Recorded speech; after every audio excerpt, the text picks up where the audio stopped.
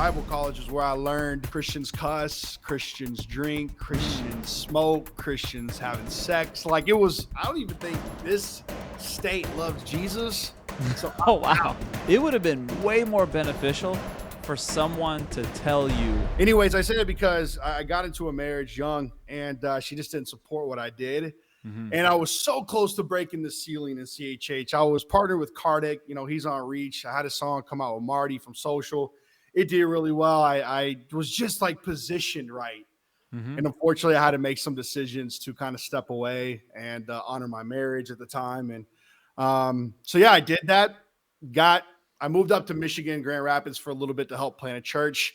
I realized that they don't understand what sweet tea is. So I was there for about 6 months and I Yes, said, sir. I'm out of here.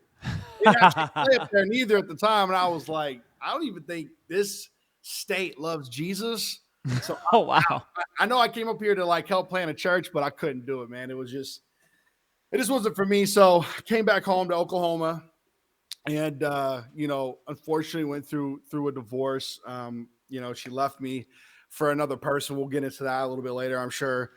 Music saved my life. I'll be honest with you. Music saved my life. I was going through a bad, dark depression. My mental health went really bad. It just spiraled. I ended into a suicidal phase, which is weird because once you get to know me, I'm kind of like the guy that is fun and the life of the party. And so being at my house, just staring at a wall and didn't know what to do was a weird phase. And so I'm sitting there thinking like, I don't know what I'm doing with my life. And I just felt like God was like, get back into music. And music was like my healing. It was like my journal. It was my way to express myself. And I kind of put away the old Bishop Chase. And I went by my government name, which is Chase Cullum. And it has been such a cool process of growth, healing, restoration, just in my personal life and really kind of becoming who I am and having identity in music. Back then, I just made songs to just turn up. Let's get crazy. I made the songs that I was like, how are they going to perform at the show instead of how are they going to perform in people's hearts? Now it's like, okay, I've been through something. I actually have a story to tell now. And man, it's just been a beautiful thing. And so one of my favorite lines on my album I released last year is used to be the vet, now I'm the rookie. That's how I feel, but I love it because I grew up in sports. I'm competitive, so I'm competitive with myself. And so, man, just challenging, pushing myself. And that's kind of where we're at now. And this year, the challenge I have is I'm releasing a single every Friday until the end of the summer, which is not a small task. Sheesh. No, sir. Yeah. No, it is not. So, yeah, just pushing myself. And that's where we're at, man. And God is just showing up in so many ways. I love it. Man, that's what's up. Okay, so wow. Okay, you said a lot, bro. You said a lot. So no, you're good. So we're going to slow things down. Talking origin story. Okay. Now you ain't got to tell me. This is what happened after I was born out of my mama's womb. Like that. Okay, you ain't got to go that early. But give us before you thinking that you were a man at the age of 19. Talk me through, man. What was life growing up? Did you live in a Christian home? Were you surrounded around the Christian lifestyle and all that? Was that something that didn't come till later? Like, kind of give me a backtrack as to the origin story before you even got to the decision of wanting to get married at such a young age. For sure. Yeah, man, that's a great question. I grew up in a great Christian home. My dad's story is amazing.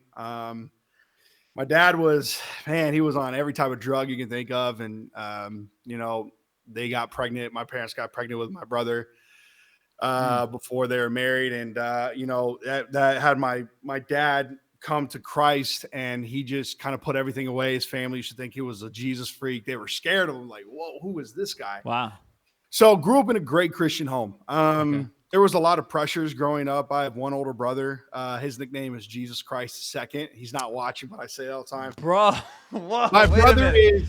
Hold on, bro. I'm telling you, like, if there was a golden boy poster child, it's my brother. I mean, this dude was in 4th grade in his room worshiping. I'd walk by his room. I'm talking the Holy Spirit fog coming through the door. I'm like, bro, we're supposed to be playing with Legos, eating and getting chubby right now. My man's out there in the presence of God. So I say that because I grew up with a lot of pressure. Understood. I was more rebellious in a way. I was still a great kid, but I kind of always felt this shadow of my brother, like I had to be up to his standard, and I just never was. Mm. Still not in a way. Like my relationship with God and people in general is just it's a lot different than my brother is. And so growing up had great influence, went to Christian school, was around it, went to church Sunday, Wednesday, was in the youth group bands, was just so involved. And so it was really great. So yeah, it was one of those things that there was a lot of pressure going out of like as you're growing up. And then after you got to high school, there was just I didn't know the real world. And then when it came at me, it was a culture shock completely. Yo, so let's pause right there. I wish and I get a chance to do this now as a gymnast coach, but well, not I can't say now. I've been doing it for 20 years now, but let's talk about how it would have been way more beneficial for someone to tell you, hey, when you get out of high school, you go from like, hey, it's okay, you're just a kid, it's all right, you gotta, you got time or whatever, to like, no, hey, you gotta figure it out. It's like it's almost like somebody saying like, hey, it's okay, you got some time or whatever, come on over this way. Like we're about to cross the road, there's about, and then all of a sudden it's like, okay, go now. Like it just like all of a sudden you got to go start running through the race of life, So how did you feel knowing that like you went from like, oh, I'm just a kid and this is all good, to all of a sudden like, oh my God, this is a lot. Yeah, I feel like I hit puberty all at once. It was just like a wave of emotions, you know? Yeah. I walked into the real world and I started to realize that like I went to Bible college, so I went to Rhema, and I was like, Shout oh, out Rama. like, yeah, I was like, oh, okay, so like we really out here tripping. Like it's not like I thought it was. Like that's Rhema. I mean, this is weird. Bible college is where I learned Christians cuss, Christians drink, Mm. Christians smoke, Christians having sex. Like it was like, oh, like this ain't what I'm used to, because again, I came from this home where the standard unfortunately was like perfection. And so it just all came over me at once. I would feel guilty for everything. I would feel guilty for any type of emotion I felt, like, oh my God, I looked at this chick, or I did this, or I feel this type of way about whatever. It was kind of the Mm. start of my anxiety. I realized that through therapy, that's where my anxiety came, was because I kind of put this pressure, kind of from my upbringing on, I have to be perfect. And so it was Yeah. just an overwhelming amount of emotions kind of coming out the gate. And I didn't really know how to react to it. I really didn't. I stayed on the straight and narrow, but it was just like, I just confused me even more about like who's real, who's not, but then you started to really realize people's faith walk is different than Yes, sir. people who look like they're perfect. So like, I'm going to tell you, that's why I Yes, come sir. now today, where it's like, I will never tell anybody I'm perfect. I'm a flawed individual. And Jesus loves you where you're at. Obviously, you want to strive for his goodness and his grace, but man, like it was a culture shock for sure. I'll tell you that. Yeah, yeah, bro.